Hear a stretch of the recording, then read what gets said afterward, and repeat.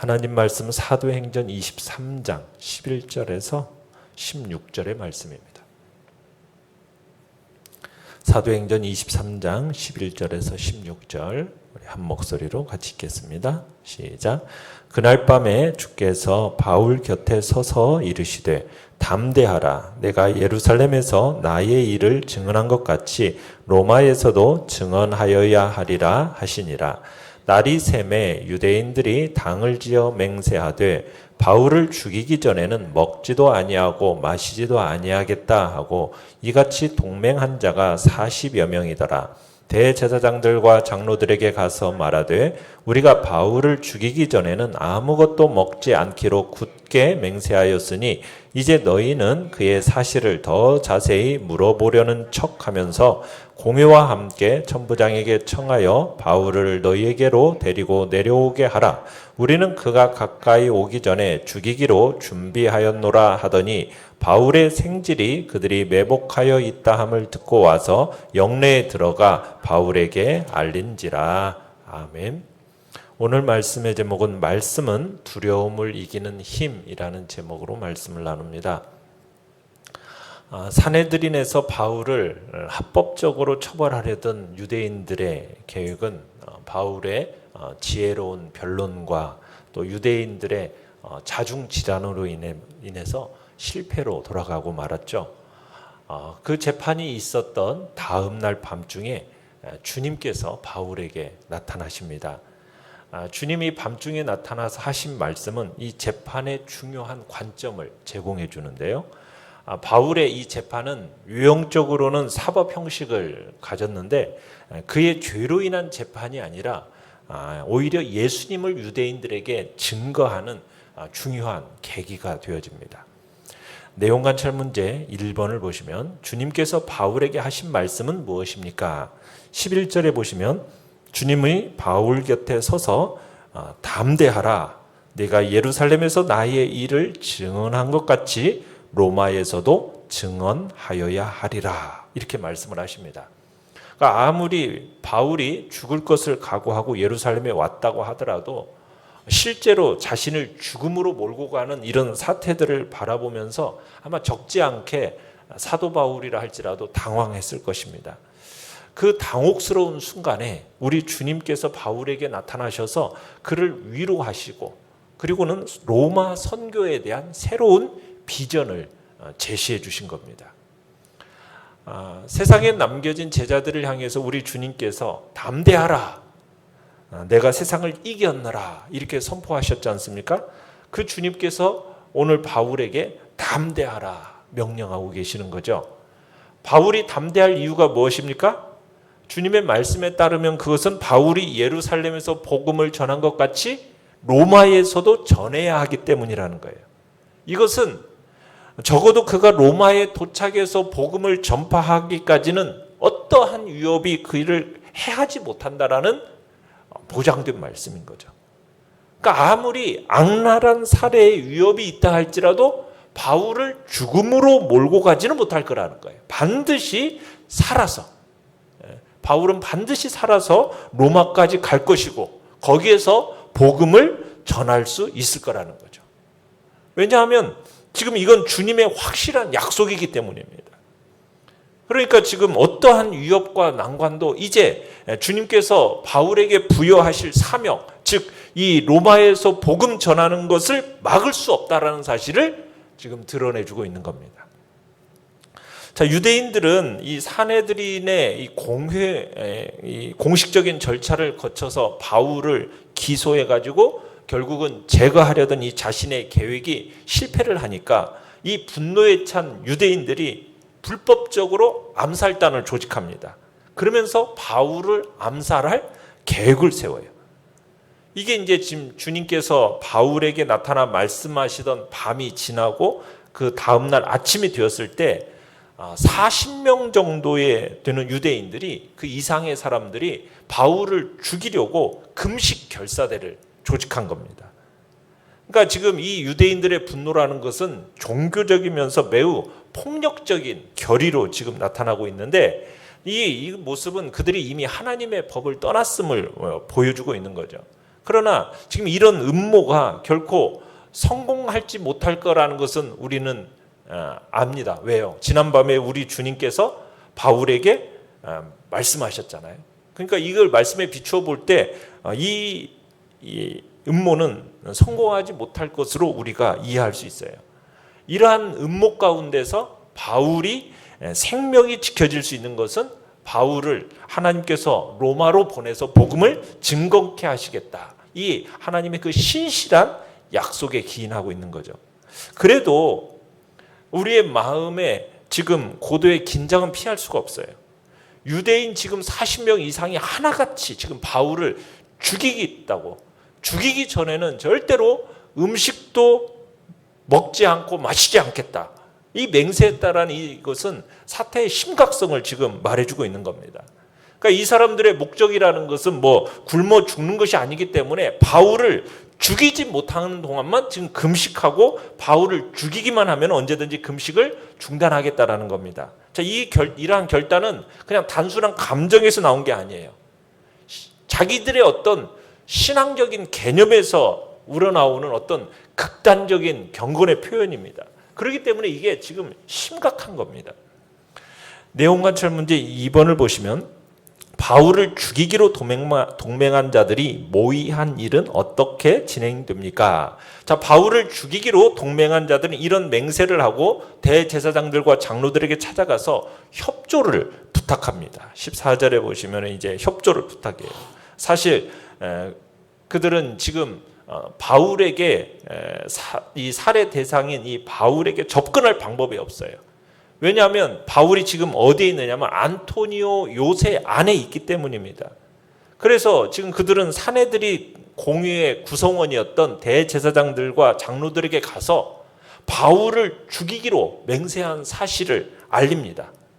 그러면서 공회가 바울에 대해서 조사할 것이 있으니 보내달라 이렇게 부탁만 하면은 자기들이 매복해 있다가 단숨에 바울을 제거하겠다고 그 계획을 세우고 있다고 지금 대제사장들과 장로들에게 통지를 하고 있는 겁니다.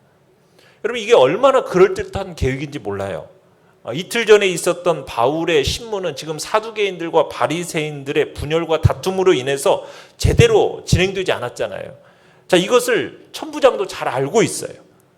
지금 사내들인 당국이 다시 지금 바울을 철저하게 조사하기 원한다고 한다면 천부장이 쉽게 속아 넘어갈 수 있다는 얘기입니다.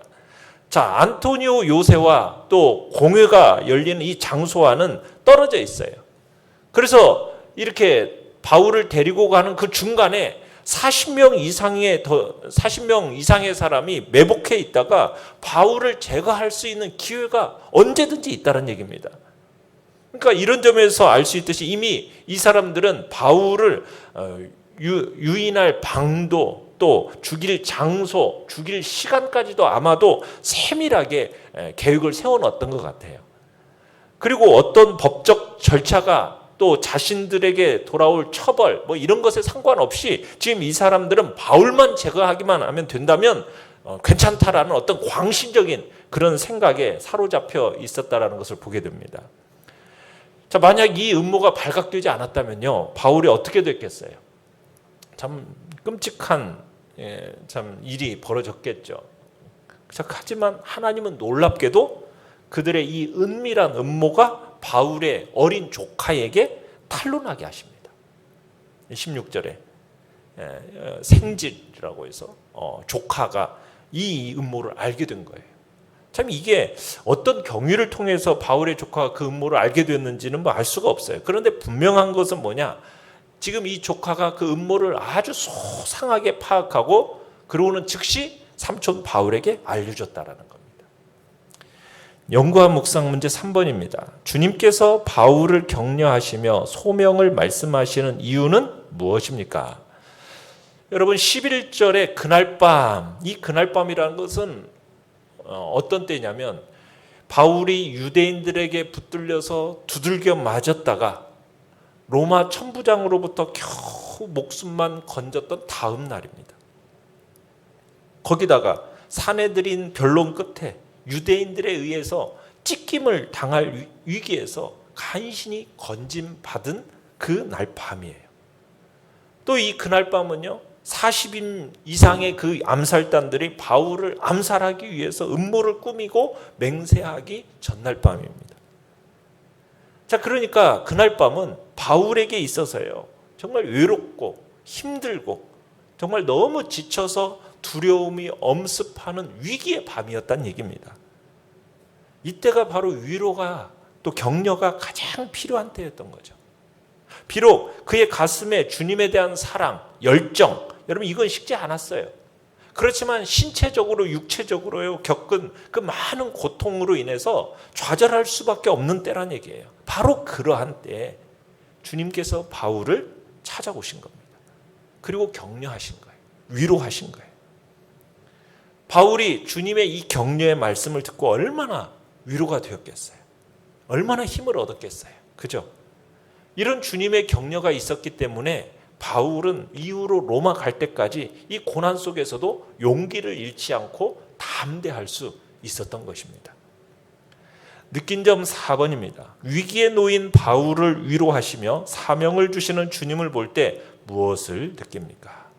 우리 주님은 고난의 밤, 위기의 밤에 우리에게 찾아오셔서 격려하시고 위로하시는 분이라는 것, 위로를 주시는 분이라는 것을 우리는 느끼게 됩니다.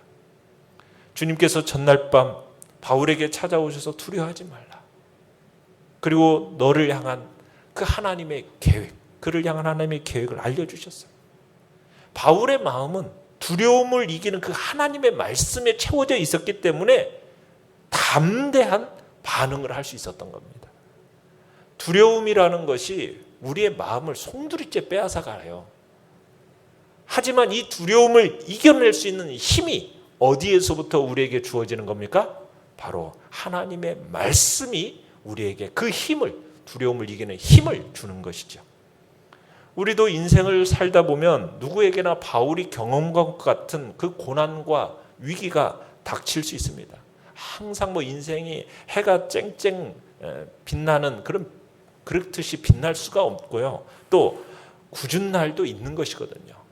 우리가 늘 콧노래만 이렇게 부르며 살 수 있는 게 아니지 않습니까? 그게 우리 인생이잖아요. 우리에게도 그 고난의 밤이 올 수 있어요. 그건 비단 복음 전도의 결과로만 찾아오는 게 아닙니다. 고난의 밤이라는 것은 우리에게 다양한 경로를 통해서 우리에게 찾아올 수 있어요.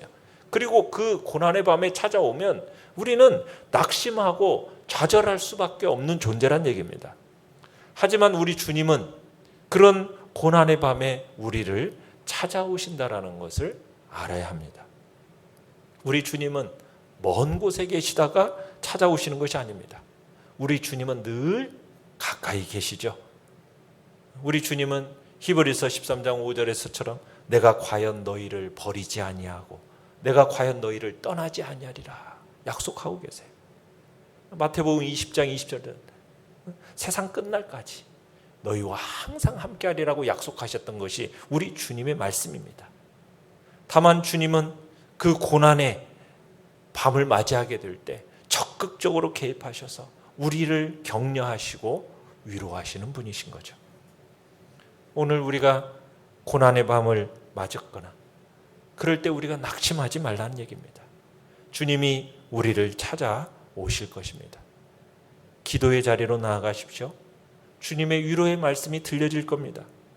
기도해도 주님을 만날 수 없다라고 생각되면 말씀을 펼쳐서 성경을 읽어가 나가는 겁니다. 그 가운데서 주님이 우리에게 나타나셔서 위로하시고 용기를 주실 것입니다. 말씀을 읽고 기도하는 사람은 주님의 음성을 듣게 되어 있는 거거든요.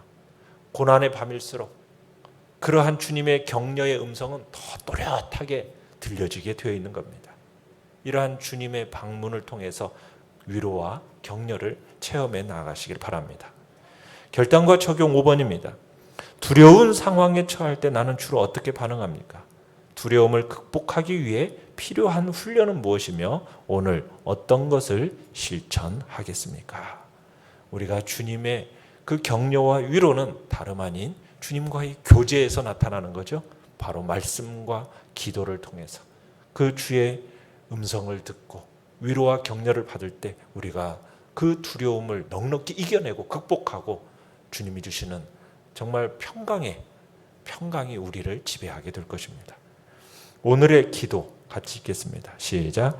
두려움 앞에서도 하나님의 말씀으로 담대할 수 있는 믿음의 용사가 되게 하소서. 아멘.